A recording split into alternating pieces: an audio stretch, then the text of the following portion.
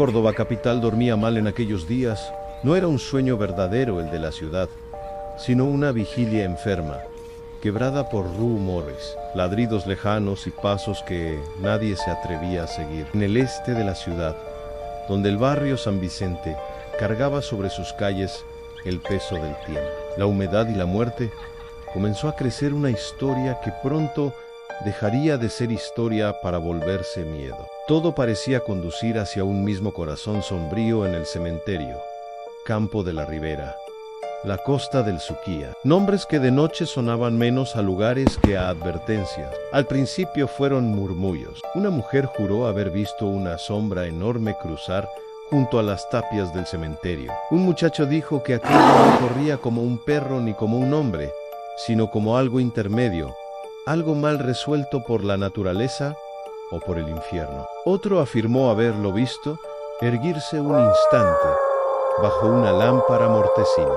antes de perderse entre los árboles, encorvado, cubierto de pelo, con una torpeza feroz que lava la sangre. Nadie se puso de acuerdo en su forma, y tal vez esa fue su fuerza.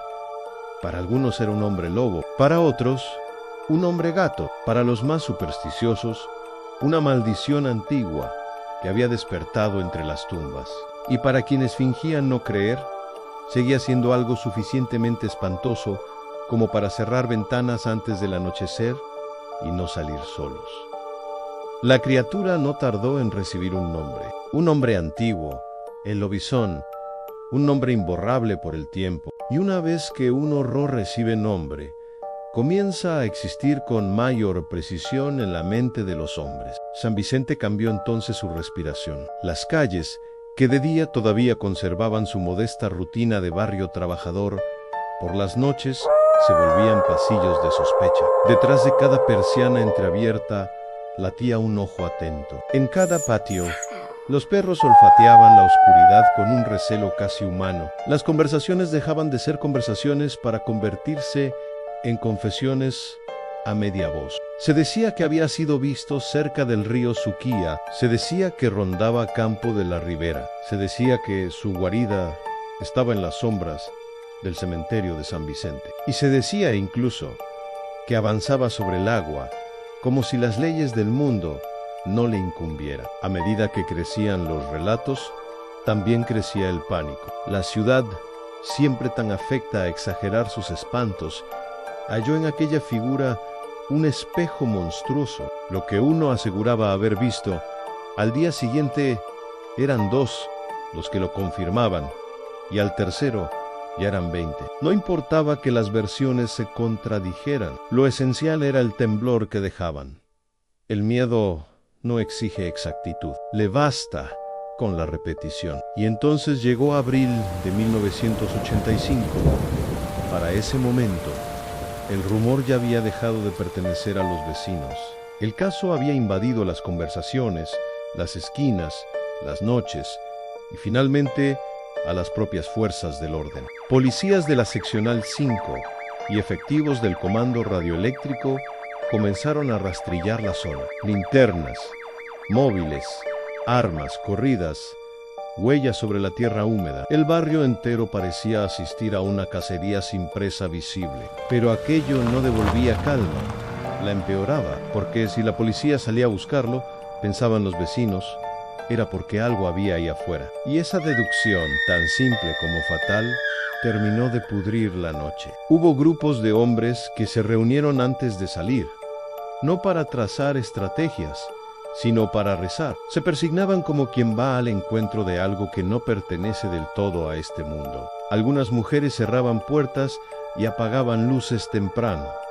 Los niños dejaron de jugar en la vereda. Los más ancianos recordaban viejas supersticiones del interior.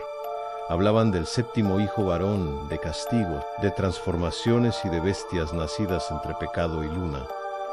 San Vicente ya no buscaba un animal, buscaba una explicación para su espanto. En una de aquellas noches, alguien creyó verlo junto a las tapias del cementerio. Otra voz aseguró que huyó hacia la costa.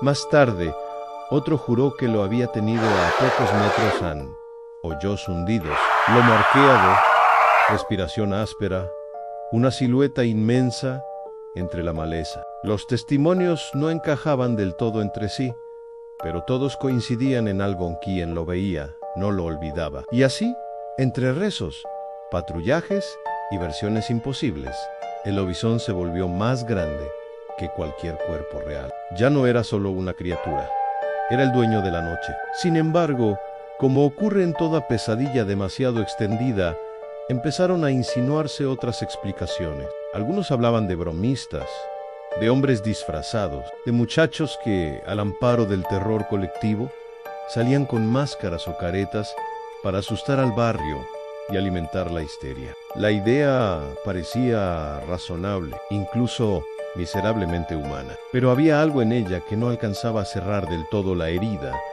porque un disfraz puede provocar sobresalto. Lo que no explica con facilidad es el modo en que un barrio entero se entregó a la certeza del horror. Ese fue, quizás, el verdadero corazón del caso. No importaba ya si hubo bestia, hombre, máscara o mentira. Lo cierto es que durante aquellas noches de Córdoba, en el barrio San Vicente, la frontera entre lo real y lo imaginado se volvió tan débil como una tela mojada. Y cuando eso sucede, cuando el miedo consigue instalarse en las calles, en las casas, en los rezos y en la autoridad, la ciudad empieza a fabricar sus propios monstruos.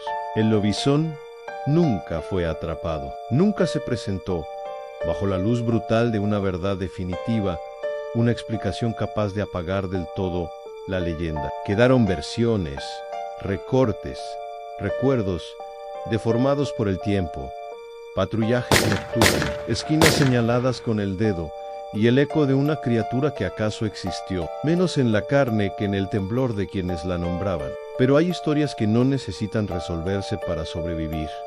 Les basta con haber sido creídas.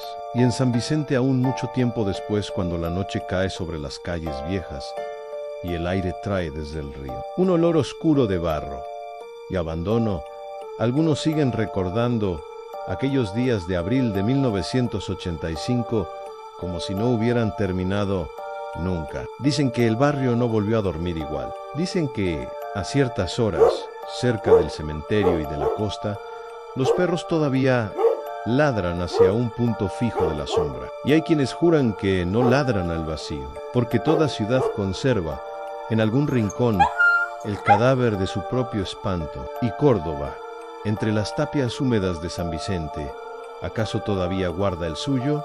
El nombre permanece. El rumor también. Y cuando la luna cae sobre el Suquía con ese color enfermo de los sueños malos, todavía parece posible creer que algo encorvado, peludo y antiguo continúa merodeando entre los márgenes de la noche, esperando que alguien vuelva a verlo.